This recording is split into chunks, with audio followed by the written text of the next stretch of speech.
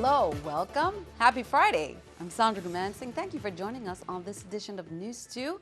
In our top story, WAPA customers can breathe a little easier for now.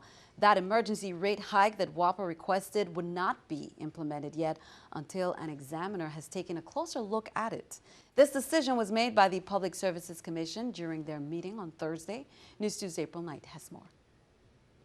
The Public Services Commission is treading carefully on WAPA's request for an emergency rate hike. On Thursday, instead of voting it up or down, the Commission decided to refer the request to a hearing examiner who will investigate. The Water and Power Authority Board recently voted to approve a proposal by Acting CEO Julio Reimer to increase the rates per kilowatt hour by 2.687 cents. That's expected to result in a $13 increase in the average monthly WAPA bill. It's an emergency increase, according to Reimer. He said WAPA needs to reach at least 45 days of cash on hand to avoid downgrades in its ratings and to pay its own bills, including vendors. When WAPA reaches 45 days of cash on hand, or roughly $34 million, WAPA officials said they'll consider lowering the increase. After 45 days, the rate of the increase will be lowered in a joint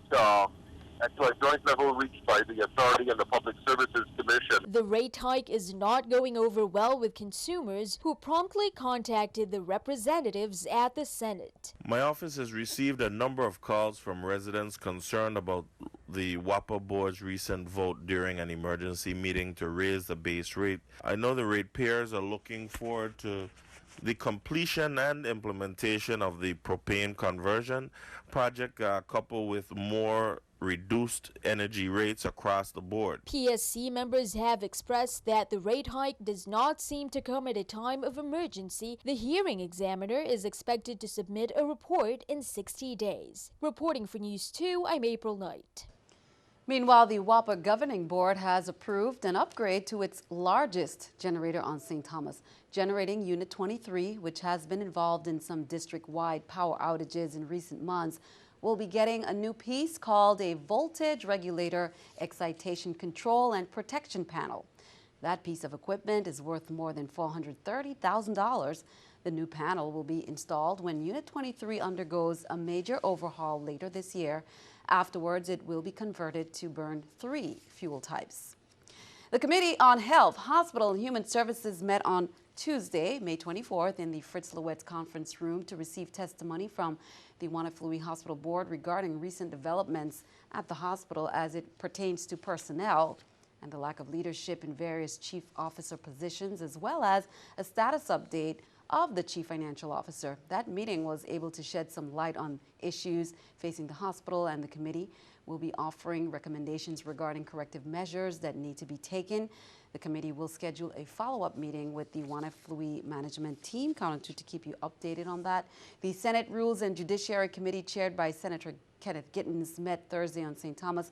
The committee approved Bill number 21-0255, which would place the VI Supreme Court and the Superior Court under one administration, in spite of concerns from Superior Court presiding judge Michael Dunstan. If approved by the full Senate body, the bill would make the Chief Justice of the Supreme Court the administrative head of the judicial branch. It would also eliminate the life terms of reappointed justices and would institute 10-year terms instead. The Committee of the Whole, led by Senator Neville James, met to consider Bill number 31-0332. It's an act granting an exclusive franchise to Transportation Services of St. John and Varlic Ventures, Inc. Furthermore, the measure seeks to allow both companies to operate all the public marine transportation between the Irma Victor Fredericks Marine Terminal, Red Hook, St. Thomas, and the Laurendon Boynes Dock, Cruise Bay, St. John, and between downtown Charlotte Amalie and Cruise Bay.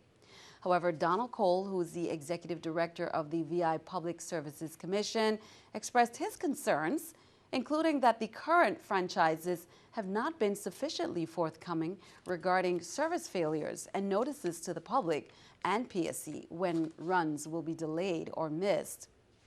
Parents of the Juanita Gardin Elementary School students were advised to pick up their children at 12 noon today due to problems affecting the school's electricity. According to St. Croix Superintendent of Schools Colleen Williams, contractors were on site working on the problems. The students were fed lunch before they were dismissed and buses picked up the students.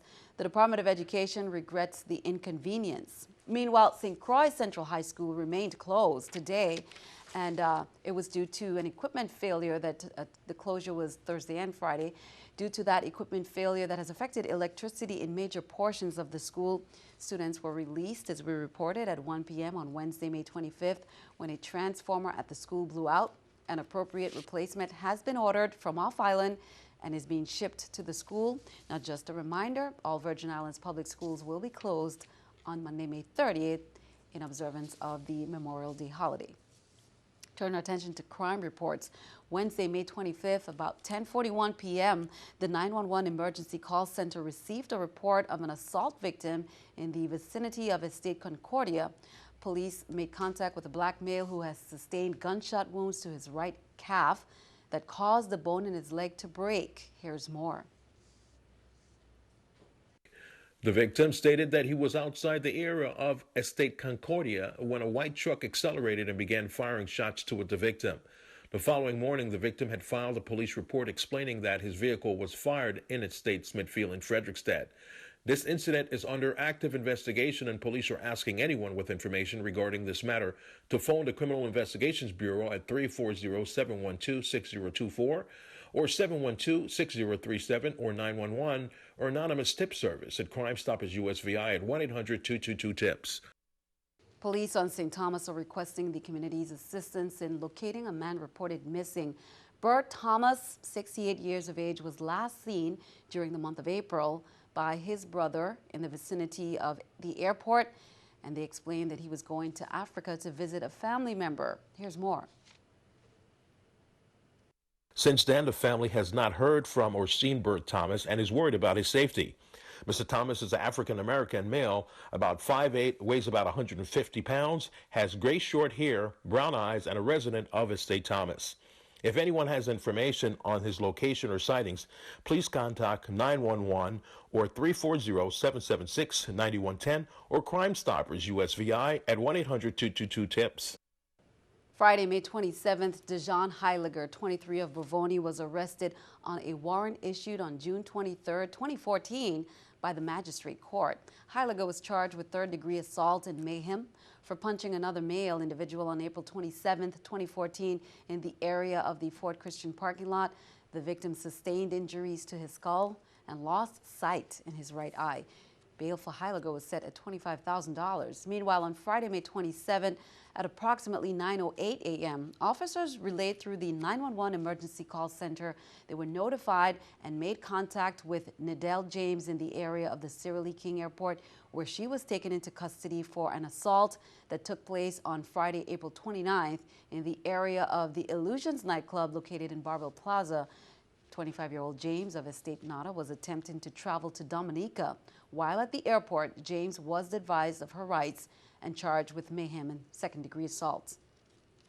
He's one of the Virgin Islands' biggest success stories. Born on St. Thomas, he went on to conquer the world of professional basketball in America and beyond. Now, Milt Newton is back, and he wants to make sure young Virgin Islanders also get a chance to follow in his path of success. News 2's April Knight has that story. Virgin Islands-born Milt Newton, who until recently was general manager of the Minnesota Timberwolves, is giving back to the VI through its young people. Newton, a retired pro basketball player, visited several schools across the territory on Thursday and Friday, inspiring VI students to strive for excellence. You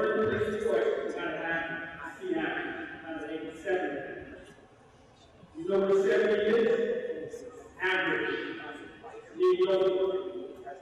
That is not the mentality that you want to develop, because that mentality won't get you anywhere. The series of talks was organized by Senator Clifford Graham. Last year, Senator Graham passed legislation in the 30th legislature to honor and commend Milton Newton for his affordable achievements.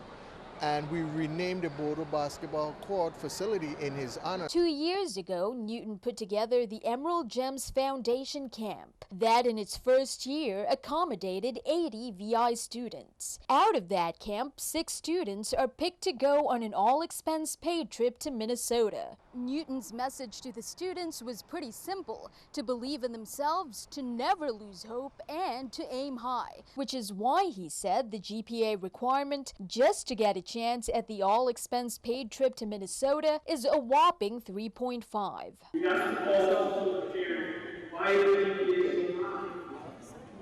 He said, why not? And it seems it's just the beginning of Newton giving back to the territory. According to Senator Graham's office, Newton is planning to make the camp and sending students to Minnesota an annual event. Reporting for News 2, I'm April Knight. Turn our attention overseas. President Obama called for a world without nuclear weapons today during a visit to Hiroshima, Japan. The trip was a first for a sitting U.S. president and was an emotional day for both the city and the country. Steve Nannis has the story. It was a solemn and historic moment in a city where more than 7 decades ago, the United States dropped a nuclear bomb from the sky. A flash of light and a wall of fire destroyed a city. President Obama laid a wreath and paid his respects to the victims of the 1945 Hiroshima nuclear bombing. It is the first time a sitting U.S. president has visited the city. We come to ponder a terrible force unleashed in a not-so-distant past. The bombings in Hiroshima and later Nagasaki hastened the end of World War II. More than 250,000 men, women, and children were killed. Their souls speak to us. They ask us to look inward. President Obama did not apologize for the attacks, but on Friday he hoped to find purpose from the devastation. We have a shared responsibility to look directly into the eye of history and ask what we must do differently to curb such suffering again. The president met with survivors, sharing a few words, and for one man overcome with emotion, an embrace. A symbol that these two countries, once fierce enemies on the battlefield, now face this part of their histories together. I'm Steve Nannis reporting. And keeping our eye on the economy, let's take a look at the stock market watch at the New York Stock Exchange.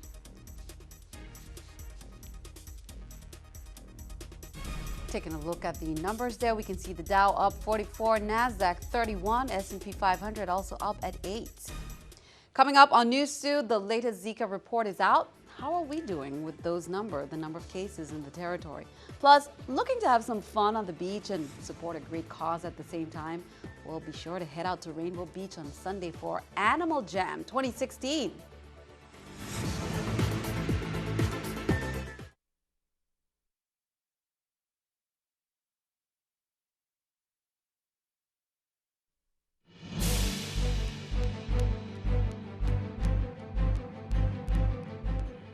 Welcome back. Governor Kenneth Mapp and Lieutenant Governor Osbert Potter were both on hand at DV Carina Bay for the 27th Annual Public Service Recognition Week Employee of the Year ceremony, and that was held to recognize St. Croix employees as part of the proclamation of Public Service Recognition Week, which was May 22nd and continued to the 28th, signed by Governor Mapp. Every year, employees are honored from each government agency at luncheons held on the islands of St. Croix and St. Thomas. The Employee of the Year who have been selected from their respective agencies are chosen by their co-workers and supervisors for their diligence, outstanding work, and contributions to their departments and agencies. They receive plaques, gifts, and a training trip. Congratulations to all those recognized. For 3 weeks now, no new cases of Zika have been reported by the VI Health Department, according to their weekly Zika surveillance report. Total Zika cases are holding steady this week at 21. 15 cases in St. Croix, 5 cases on St. Thomas, and 1 on St. John. Health officials still urge residents not to be complacent. They're offering free services to pregnant women, including Zika testing, inspections to look for mosquito larvae and mosquito breeding grounds, larvicide treatment if mosquito larvae are found at around her house, and Zika prevention kits. The Schneider Regional Medical Center received special gifts for their patients suffering from dementia or Alzheimer's disease. The St. Thomas community member, Cheryl Esquilin, she donated to the Schneider Regional Medical Center 5 fidget quilts, which she designed and made. Now, a fidget quilt is a small lap blanket that provides sensory and tactile stimulation for the restless hands of a person diagnosed with dementia or Alzheimer's disease. These lap blankets are made with pieces of fabric in any random pattern with tactile elements sewn, glued, or otherwise attached to the blanket. Ms. Esquilin discovered the benefits of the fidget quilt through her experience of caring for those suffering from Alzheimer's. The quilts will help ease the restlessness and agitation. Good job and great donation there. The VIPD has some parking restrictions in effect for Memorial Day events on St. Thomas and St. Croix, and they remind you, here's what you need to know. Parking restrictions effective Monday, May 30th, 2016 from 5 a.m. until the completion of the event. The following parking restrictions will be in effect. No parking on King Street from Bassing Triangle to the Wharf area. No parking on Market Company Street towards the cemetery. In St. Thomas, no parking will be allowed on Main Street from 8 a.m. until the parade past the Noragata Road. From Zora traffic light to Natural Liberty will be closed off during the ceremony at the Roosevelt Park. Any vehicle found parked in the restricted areas will be ticketed and or towed at owner's expense. And just a reminder, there will be a change in programming this week due to the Memorial Day recognition. News 2 will be preempted by a special Caribbean passport on Monday, May 30th. Be sure to tune in on Tuesday, however, May 31st, for our regular scheduled programming. We will have highlights from the VI Memorial Day parades on Tuesday's newscast. Well, the American Legion District Number holds a pre-Memorial Day service, and that will be held at the Kings Hill Cemetery on Sunday, May 29th. Events on St. Croix will begin at 9:30 a.m. at the Basin Triangle. The parade begins and moves on to the Christiansted Cemetery for a graveside service. The parade will then continue on to the Christiansted waterfront. Then a special honor ceremony will take place at the Christiansted Bandstand. The St. Thomas Parade, that begins at 9:30 from Western Cemetery, then to the Emil White Memorial on the waterfront for the Seaside ceremony, then on to the Veterans Park. Now on St. John, a Memorial Day service will be conducted at the Frank Powell Senior Park in Cruz Bay. Looking to have some fun on the beach and support a great cause? Well, get to the Rainbow Beach on Sunday for Animal Jam 2016. It's the third year for this fundraiser for 5 animal welfare organizations. There will be live music from 1 to 8 p.m., plenty of food, drinks, raffle prizes, and fitness games by 340 CrossFit. It's a family-friendly, pet-friendly day at the beach for a great cause. Beach Party Music Fest, and we are here to raise a little bit of money for all 5 animal welfare organizations on island. $10 is our requested donation, and but we make most of our money off of raffle tickets. Everyone come out. It's going to be a great weekend. We're going to have an awful lot of fun, and we're raising money for fantastic causes.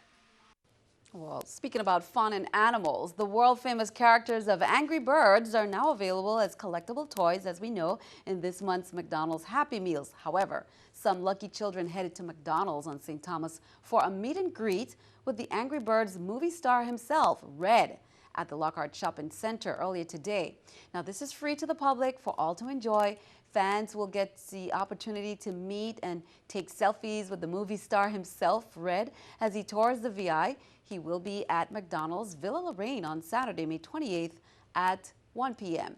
The characters of Angry Birds, the movie, were created in 2009 as the protagonists of a video game produced by Rovio Entertainment, totaling more than 2 billion downloads and over 100 million monthly active players. The game became the most downloaded app of all time. Well, last night, just under 50 people participated in the First Century Club reception and helped Family Resource Center raise $20,000 for various immediate needs of the agency. 42 members signed up, and they are well on their way to reaching the goal of $100,000 for 2016. It was a coming together of the community to build funds for the Family Resource Center. a nonprofit that has been working diligently for over 3 decades to aid families that suffer from domestic abuse and violence, as well as prevention services. Now, you can visit www.frcusvi.org to learn more. The Development Committee is a planning reception. It was a planning reception at the Grand Cru Restaurant for July. There's one coming up in July as well. Be sure to stick around. Your News 2 AccuWeather forecast is coming up next.